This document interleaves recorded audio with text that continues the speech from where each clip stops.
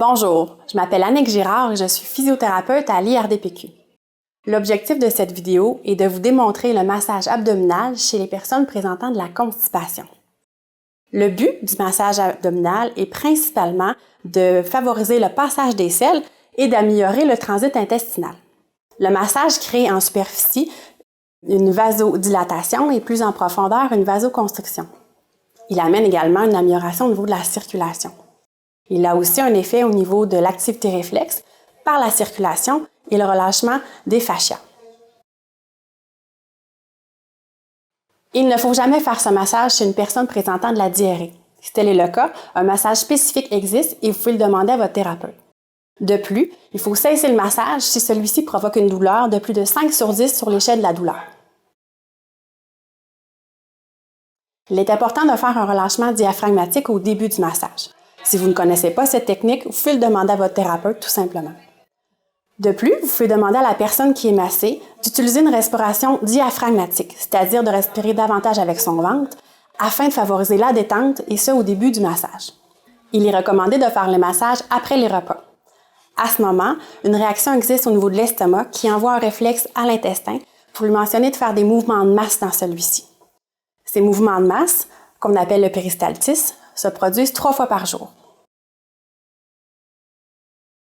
Il est important de faire ce massage dans une position adéquate. La position idéale est la position couchée. Si toutefois l'adulte se fait le massage sur lui-même, il peut toujours utiliser la position assise ou la position debout. Pour le bébé, il existe une position alternative et elle vous sera démontrée sur la vidéo dans la section « Massage pour bébé ». Finalement, il est important d'avoir un environnement qui est calme et d'avoir les mains les plus chaudes possibles. Le massage durera environ de 10 à 15 minutes. Avant de commencer, il faut toujours bien se réchauffer les mains, soit en les frottant une contre l'autre ou en les passant sous l'eau chaude. Au début, il s'agit de bien identifier les structures. Nous avons ici les côtes et nous voulons faire notre massage au bas des côtes. On remarque ici le nombril et la région des crêtes iliaques. La zone pour le massage se retrouve donc ici. Ici, nous avons le côlon ascendant, le côlon transverse, le côlon descendant et le côlon sigmoïde. En débutant, nous pouvons faire un relâchement du diaphragme ou comme nous le ferons ici, nous allons demander à la personne de prendre 3 grandes respirations abdominales. Pour ce faire, nous déposons notre main sur l'abdomen de la personne et lui demandons de faire monter notre main en inspirant et, en expirant, de relâcher en faisant descendre son nombril et notre main vers la table. La personne qui applique le massage doit respirer un peu plus profondément pour faciliter la relaxation et la détente. Nous allons commencer. Au début, nous allons effectuer un effleurage léger. La paume d'une main est positionnée sur le dessus de l'autre main. Nous pouvons aussi utiliser l'ensemble de la main. Le mouvement se fait en partant du bas à droite de la personne pour aller vers le côlon ascendant. Nous effectuons un effleurage léger en reproduisant de 5 à 10 mouvements comme ceci. Nous pouvons ensuite aller un peu plus profondément, mais en douceur, dans les différentes zones du côlon, afin d'identifier les zones de douleur, les zones dures et celles de tension. Nous pourrons travailler ces zones éventuellement.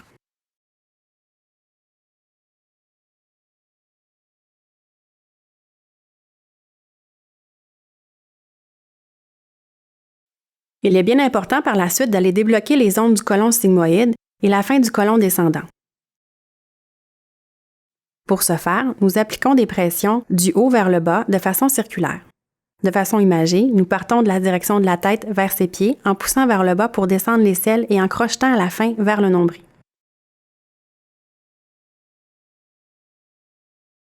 C'est le début du massage.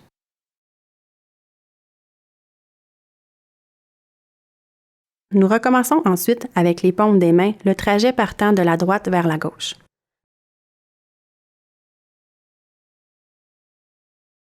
Nous appliquons d'abord une pression plutôt superficielle et au cours des 10 à 15 minutes du massage, nous irons de plus en plus en profondeur.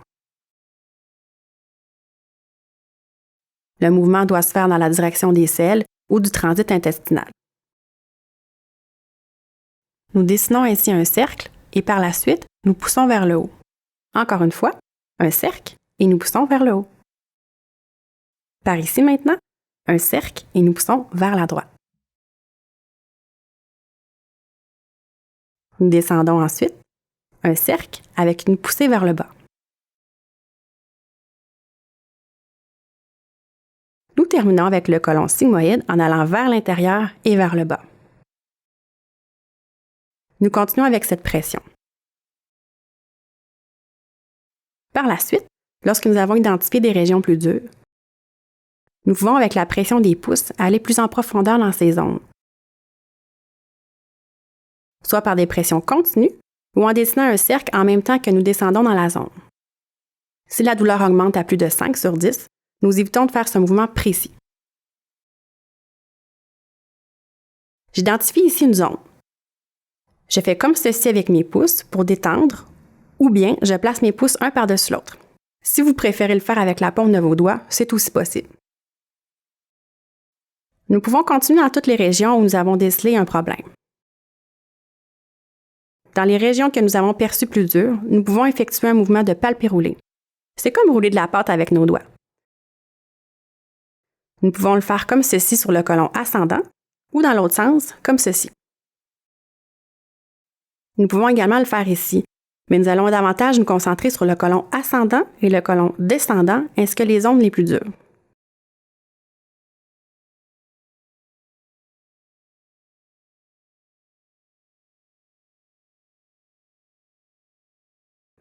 Nous terminons par un effleurage comme ceci.